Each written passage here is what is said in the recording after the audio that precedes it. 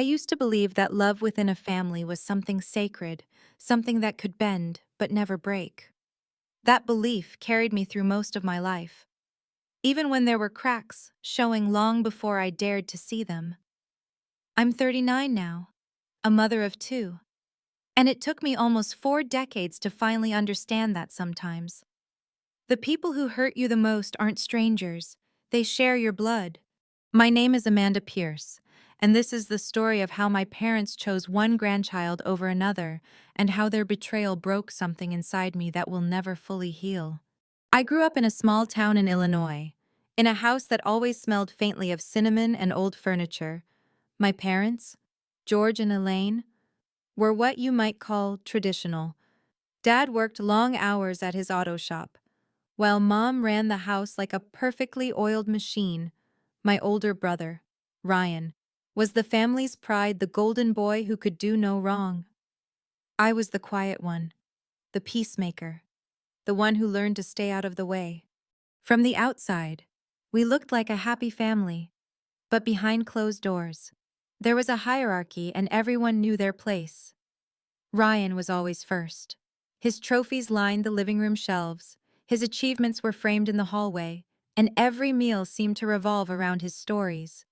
When I brought home my own achievements, straight A's, art awards, even a college scholarship, the praise was polite but distant. "That's nice, honey," my mom would say. Already turning back to Ryan's latest football medal, my father would nod vaguely, his attention never fully on me. I told myself it didn't matter, that someday, when I had my own family, I would build something different, something warm, something fair. And for a while I did. I married Ethan when I was 27. He was kind, patient, and quiet, the kind of man who would stop to fix a stranger's flat tire or volunteer at a food drive without posting about it online. Together, we had two beautiful children, Olivia and Max. Olivia was soft-spoken and creative, always sketching on every scrap of paper she could find. Max was curious and bright, with eyes that seemed to hold entire questions before he could even form the words. For years, we lived a modest but happy life. Ethan worked as a contractor, and I taught art classes from home. We didn't have much, but our home was full of laughter, color, and love. My parents visited sometimes, but even then, the old imbalance followed me. They adored my kids, at least at first, but it was clear that their affection came with conditions.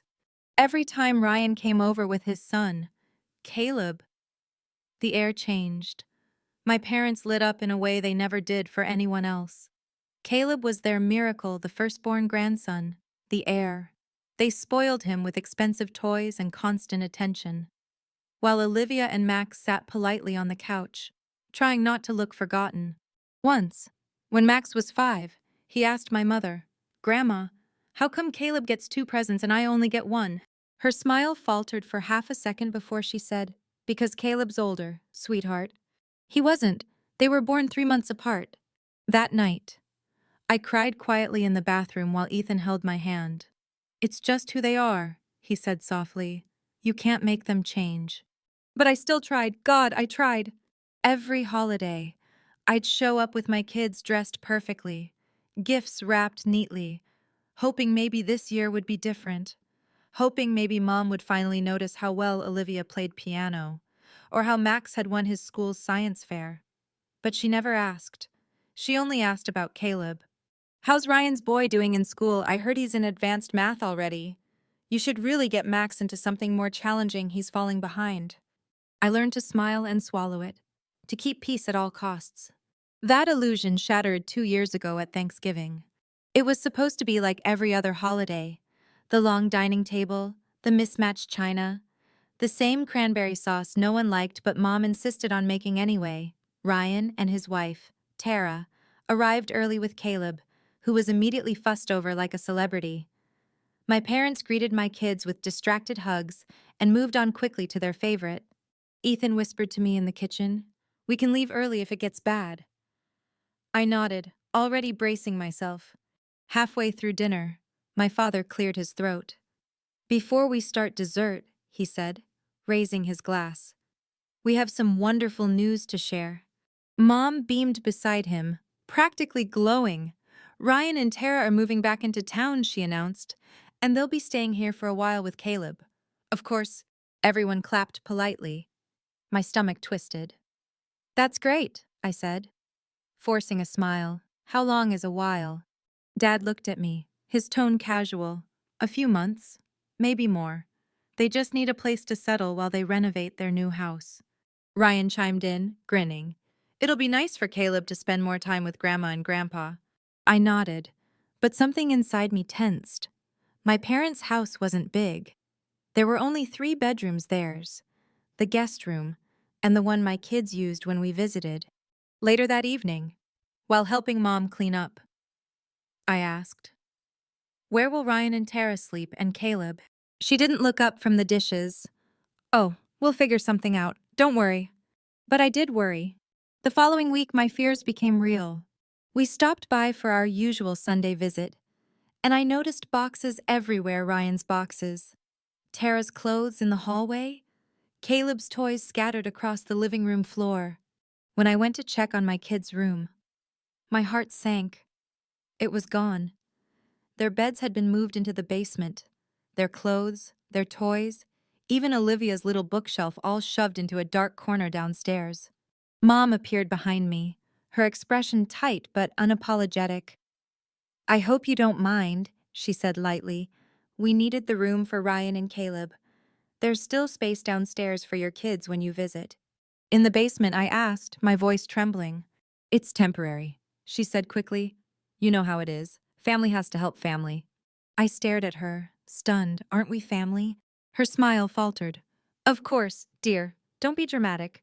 When Ethan found me a few minutes later, I was standing in the middle of that cold basement, surrounded by boxes and the faint smell of damp concrete. My daughter's pink blanket lay folded on a dusty mattress on the floor. That was the moment something inside me snapped. For years, I had let things slide. I had told myself it wasn't worth fighting over the favoritism, the small slights, the quiet neglect. But this was different. This was my children being told they were less. That night, as we drove home in silence, Olivia whispered from the back seat, Mom, did we do something bad? I turned around, tears blurring my vision. No, sweetheart, you didn't do anything wrong. Some people just forget how to love the right way. Ethan reached over and squeezed my hand. You don't ever have to go back there again, he said. But I did. Because before I could walk away for good, I needed them to understand exactly what they'd done. I needed them to see what it looked like when the daughter they had overlooked finally stood up. The next morning, I woke up before dawn. My mind was a blur of sleepless thoughts, looping through every word, every look from the night before. The image of Olivia's blanket on that cold basement floor burned behind my eyes like a wound that wouldn't close. I sat at the kitchen table with a mug of coffee I couldn't drink, listening to the hum of the refrigerator, wondering how I had gotten here a grown woman, a mother still chasing scraps of love from people who had never really given it freely. Ethan came in, rubbing his eyes, and sat across from me. You okay? He asked softly. I shook my head. No, I whispered. I think I finally see them for who they are. He didn't try to argue. He just reached over, took my hand, and said, Then let's stop pretending. It should have been that simple to just walk away. But it never is when the people hurting you are the ones who raised you. There's a strange, invisible leash that ties you to them. A mix of guilt and longing that whispers, maybe this time they'll change. I thought about calling my mom, about telling her how much she'd hurt us. But I already knew how that conversation would go. She'd sigh, call me too sensitive, and remind me how hard she'd worked for this family. I could already hear her voice, Amanda.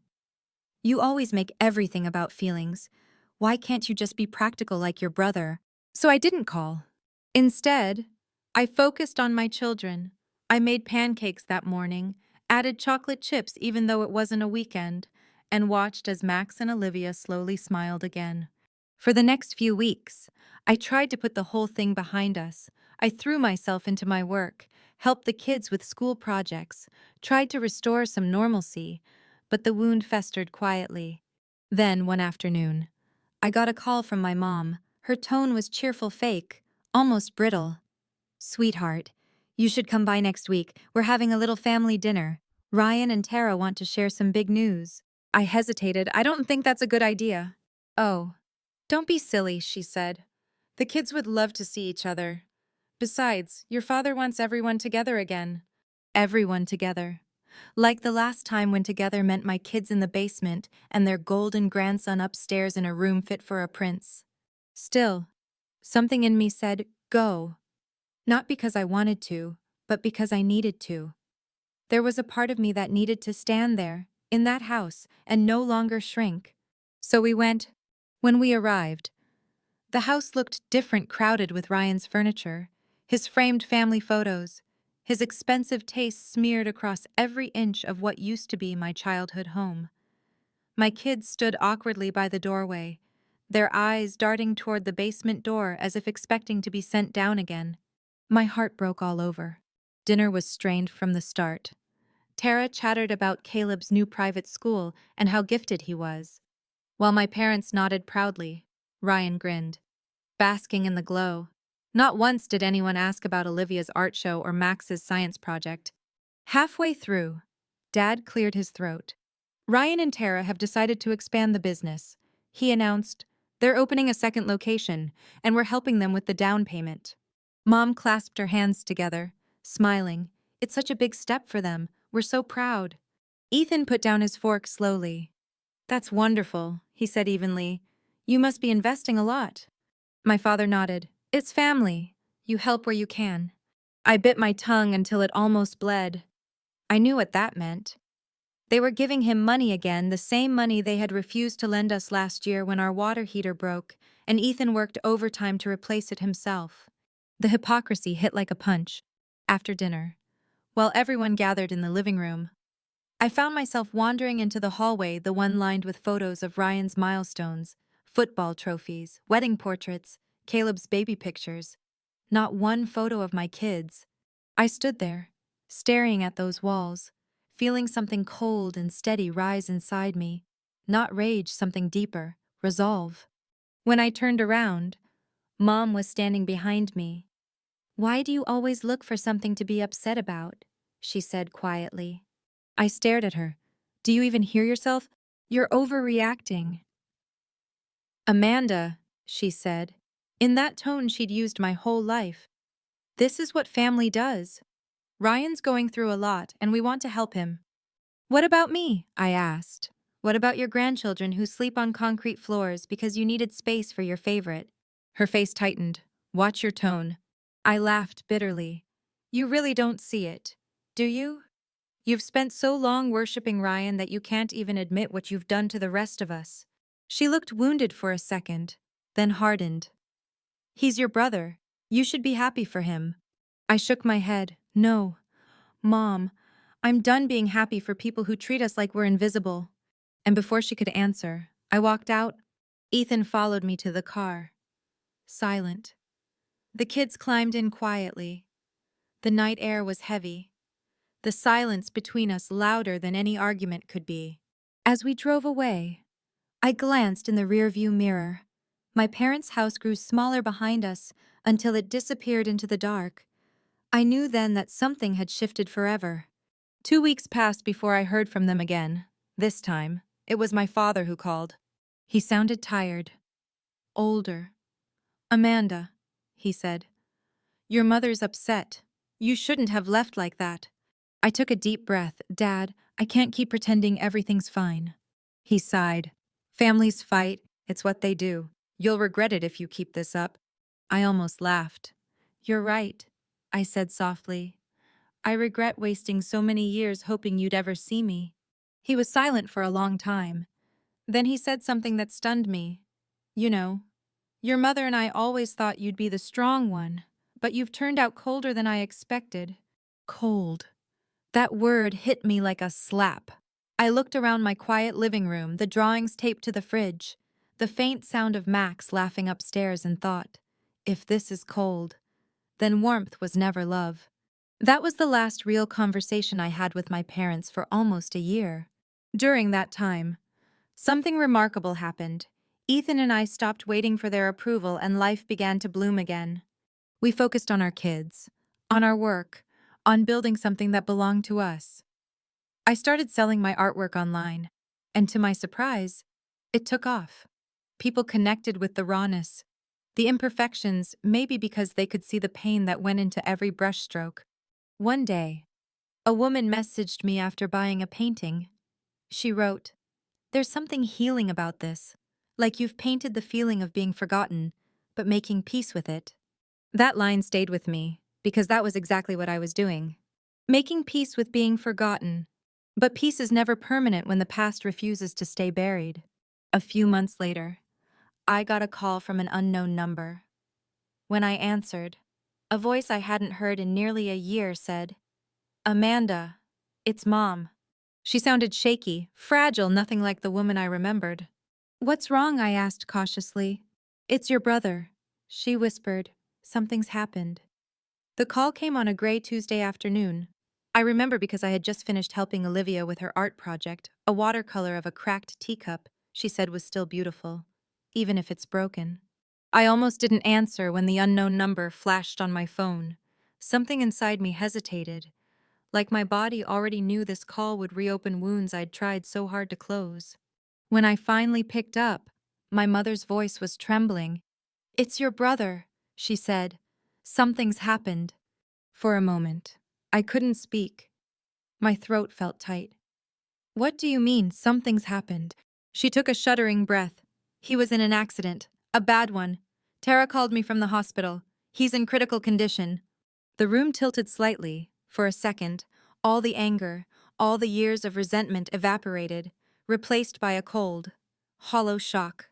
"What about Caleb?" I whispered. "He's fine," she said quickly. "He wasn't in the car, but Ryan might not make it." The words hit like a physical blow. After we hung up, I sat there for a long time, staring at nothing. Ethan came into the room, saw my face, and didn't even need to ask. He just pulled me into his arms. "Go," he said softly. "You'll regret it if you don't." So I went. By the time I reached the hospital, the sun had already set. The waiting room smelled like antiseptic and exhaustion. My parents were sitting together, both looking smaller than I had ever seen them. My mother's eyes were red and swollen, her hands twisting a tissue until it tore apart in pieces. My father just stared at the floor. When Mom saw me, she stood up instantly. "Amanda," she breathed, "thank God you're here." Her voice cracked on the last word, and for a moment, I saw not the cold, sharp woman who had banished my children to a basement, but a mother terrified of losing her son. I wanted to hate her, but instead I just nodded. "How is he?" I asked. "They're still operating," she whispered. "He lost a lot of blood. They said it's a miracle he even made it this far." The next few hours stretched endlessly. Nurses came and went. The coffee machine hummed, and the clock on the wall seemed frozen between heartbeats. At one point, my father spoke for the first time. His voice was gravel. He was coming back from a meeting. Driving too fast, as usual. The police said he lost control on the curve. No one said what we were all thinking, that Ryan had always believed nothing could touch him, that rules, limits, and consequences were for other people. When the surgeon finally came out, Mom stood so quickly the chair behind her toppled over. The doctor's expression told us everything before he said a word. "I'm sorry," he said gently. "We did everything we could." My mother's scream echoed through the corridor. Raw and animal, my father crumpled beside her, his shoulders shaking, and I just stood there, frozen, watching the family that had always revolved around one person suddenly lose its center. I didn't cry then, not because I didn't feel it, but because I didn't know what I felt. Grief. Yes, but not only for my brother. For everything. For the years wasted. For the love twisted by favoritism until it became poison. For the child I once was, always reaching for something that would never come. The funeral came a week later, small, quiet, awkward. People whispered in corners, saying things like such a tragedy, and he had everything ahead of him. My parents sat in the front pew, holding hands, looking like ghosts of themselves.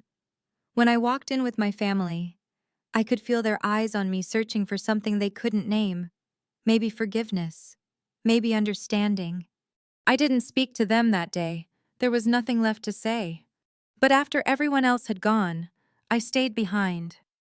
The air smelled of flowers and candle wax, and the silence felt too heavy to carry. I stood by my brother's casket and whispered, "You were everything they wanted, and it destroyed all of us." A single tear slid down my cheek, and then I walked away. In the weeks that followed, my parents changed. Slowly, quietly, like a house decaying in silence. Mom called once, her voice empty. "The house feels too big." She said, "Too quiet." I wanted to say, "Now you know how it feels." But instead, I said, "Maybe it's time you visited." When she came over for dinner a week later, Olivia and Max were hesitant at first. They hadn't seen her since the basement day.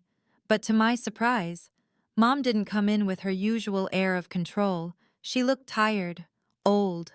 Her eyes lingered on my kids, and for the first time, I saw guilt in them.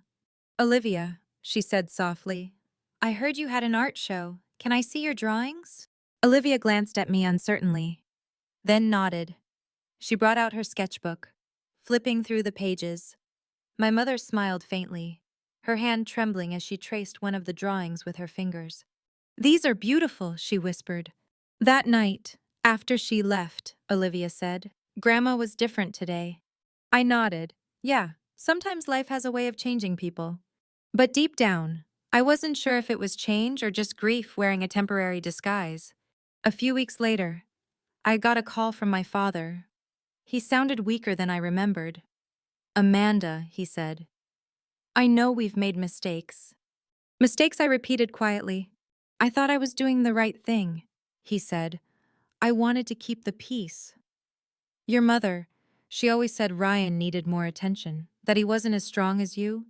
I believed her, but I see now what it cost us. For a long time, neither of us spoke. Then he said, "Would you come by? Just you. There's something I want to give you." I hesitated, but curiosity won. When I arrived, the house was dim and silent. My father sat at his old desk, surrounded by papers and the faint smell of dust. He handed me an envelope. Inside were property documents, the deed to a small lakeside cabin my parents owned but never used. I was going to leave it to Ryan.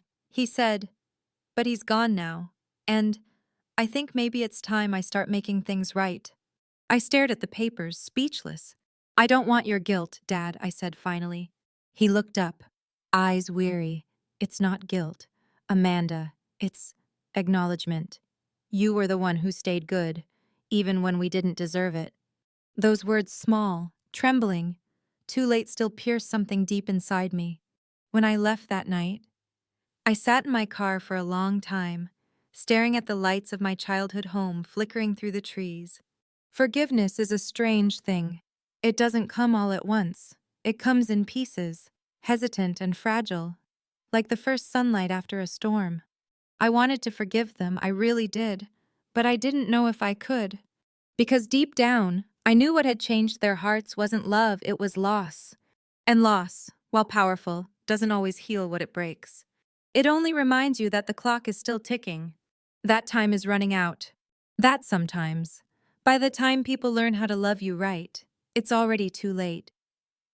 The next few months passed in a strange fog. Life returned to something resembling normal, but it was a new kind of normal quiet, fragile, haunted. My parents began calling more often. Short conversations at first, polite and careful, like people afraid to touch glass that might shatter. Mom would ask about the kids, about Ethan's work, about my art. Sometimes she'd even compliment me small gestures that once would have meant nothing, but now felt foreign, almost clumsy, like she was learning how to be human again. One Sunday, she invited us to visit. "It's been too long," she said softly. The kids should come. I. I've been making their favorite cookies. The way her voice trembled when she said it disarmed me. For the first time in years. It didn't sound like manipulation. It sounded like regret. So we went. When we pulled into the driveway, I felt that familiar knot in my stomach, the one that always came before a family gathering. But this time, something was different. The house felt smaller. The air inside didn't hum with superiority anymore.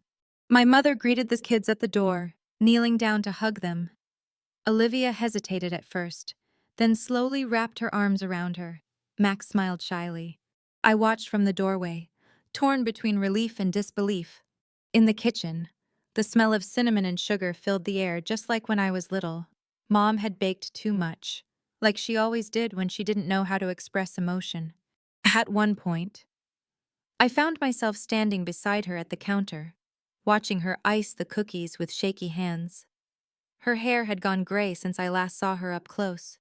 Her shoulders, once square and strong, now curved inward as though years of pride had finally begun to weigh her down. I'm sorry, she said suddenly, her voice barely above a whisper. I looked at her, startled. For what? She didn't look at me. Her eyes stayed on the cookies. For all of it. For the way I treated you, the way we treated your children. I can't take it back, but I need you to know I see it now. The words hung there between us, heavy, trembling, impossible. I used to think love meant giving more to the one who needed it most. She continued, Ryan was always fragile. Even as a boy, I thought I was protecting him. But in doing that, I turned you into someone who thought she had to earn everything. My throat tightened. You did, I said softly. I spent my whole life trying to be enough for you. Tears welled in her eyes, and you always were. I just didn't know how to see it. For the first time in my life, my mother cried in front of me, not angry tears, not manipulative tears, real ones. I reached out, placing my hand over hers. It was strange comforting the woman who had caused so much pain. But maybe that's what healing looked like, not erasing the past, but learning how to hold it without bleeding. That evening, my father joined us in the living room. He looked older, to the sharp edges of his voice dulled by grief. We talked quietly, cautiously, like people trying to rebuild a language they'd forgotten. When we left, Mom hugged me tightly. Come again soon, she whispered. Please. And for once, I said, I will. But fate has a cruel way of testing people right when they start to hope. A few weeks later, I got another phone call, this time from my father. His voice was low, trembling. Your mother's not well, he said. She collapsed this morning. The doctors think it's her heart. I felt my knees go weak. Is she? She's alive. He interrupted quickly. But it's bad. Amanda, they don't know if she'll recover. By the time I reached the hospital, my mother was hooked to machines, her skin pale against the sheets. My father sat at her bedside, his hand clutching hers like he was afraid she'd vanish if he let go.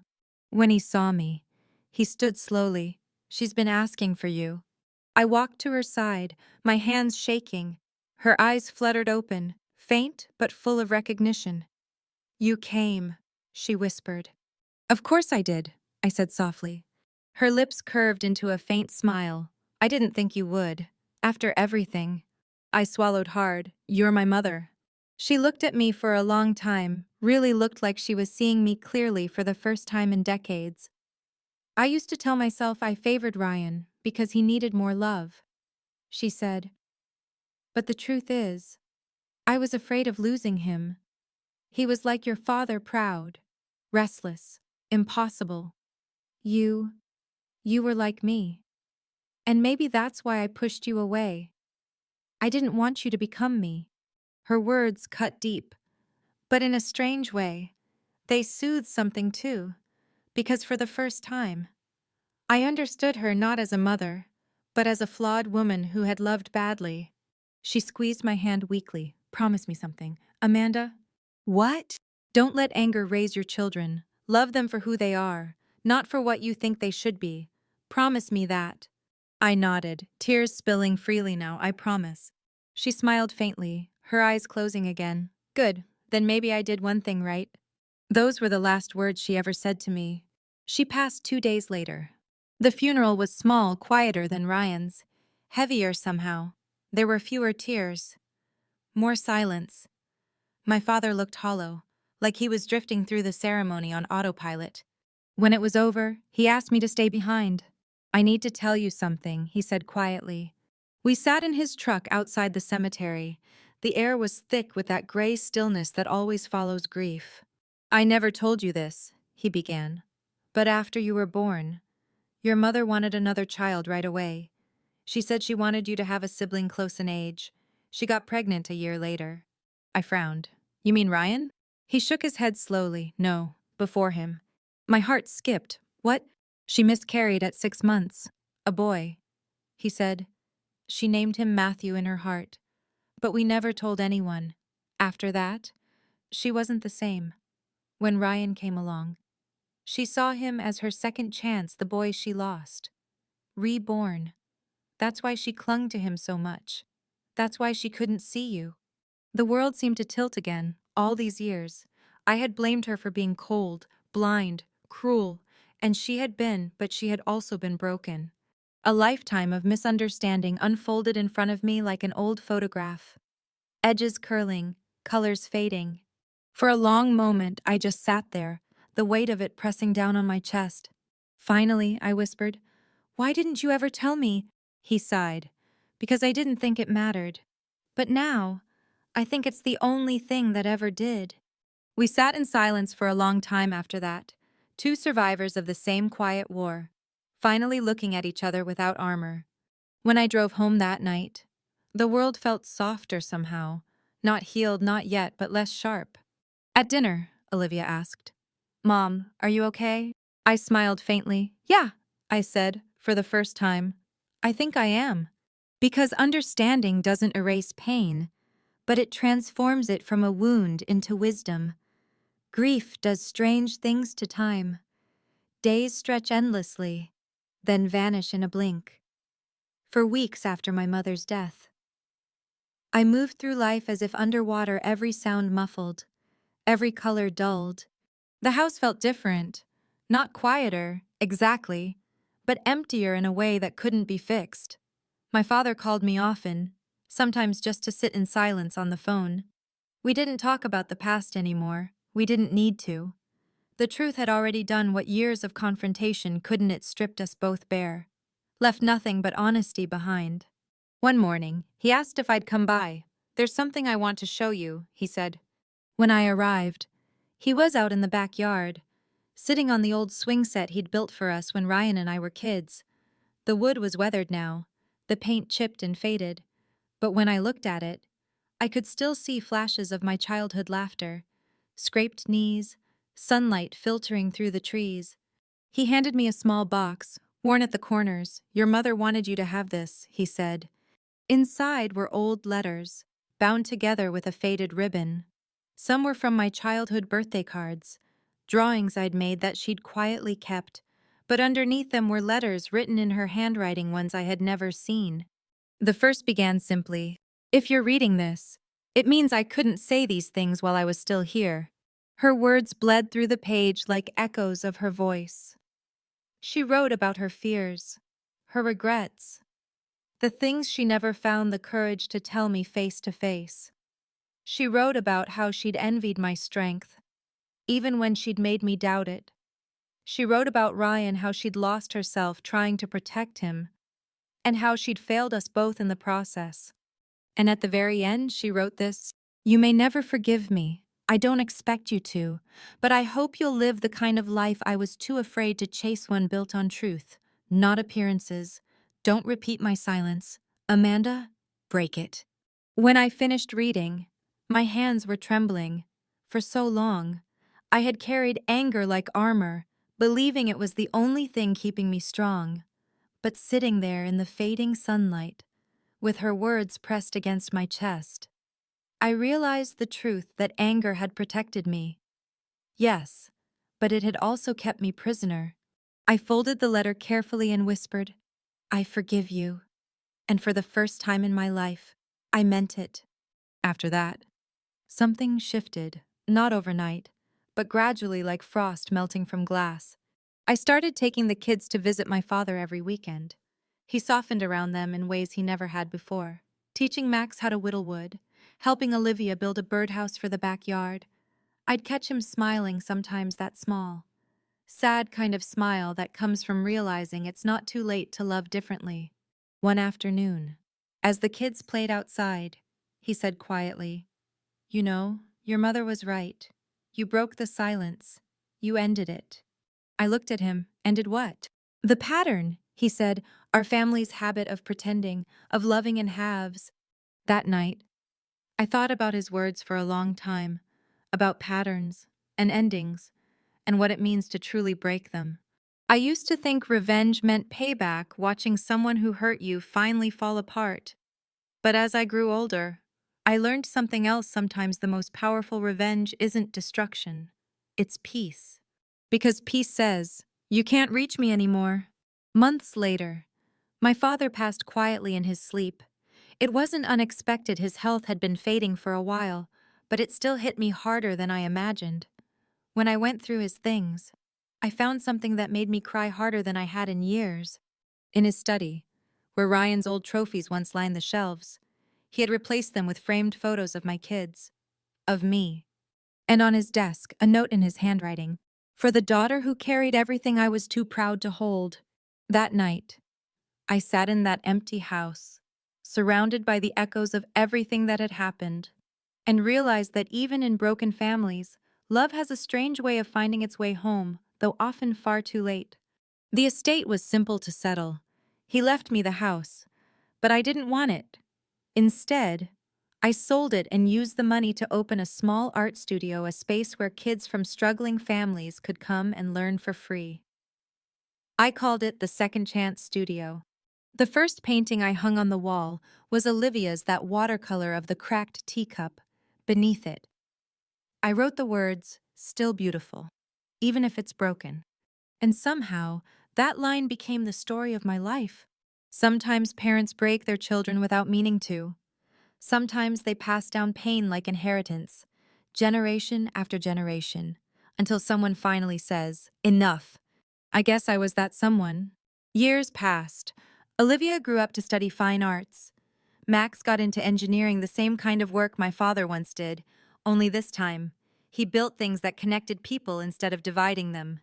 Every Thanksgiving, we set an extra plate at the table, not out of obligation, but as a quiet reminder that love, once lost, can still echo if you listen for it. I don't visit the cemetery often, but when I do, I bring flowers for both my parents and Ryan. I talk to them like they can still hear me, and sometimes I swear the wind carries an answer. I tell them I forgive them. I tell them I've kept my promise, that I'm raising my children with the kind of love that doesn't have favorites. And I tell them that I finally learned the difference between silence and peace. Because silence is heavy, but peace is light. That's what I wish for anyone who listens to my story. Not revenge, not bitterness, but the kind of peace that lets you stand in your truth without fear. You can't rewrite the past, but you can end the cycle. You can stop chasing the love that broke you and start building the kind that heals. And maybe that's what karma really is, not punishment, not justice, but balance. The world finding its way back to center. The night before I opened my art studio, I stood in the doorway, the lights off, the air still smelling of fresh paint. I whispered, "This is for you, Mom, for you, Dad, for all the children who were never chosen." And then I turned on the lights. The room filled with color, soft, bright, alive. For the first time in my life, I wasn't standing in anyone's shadow. I was home.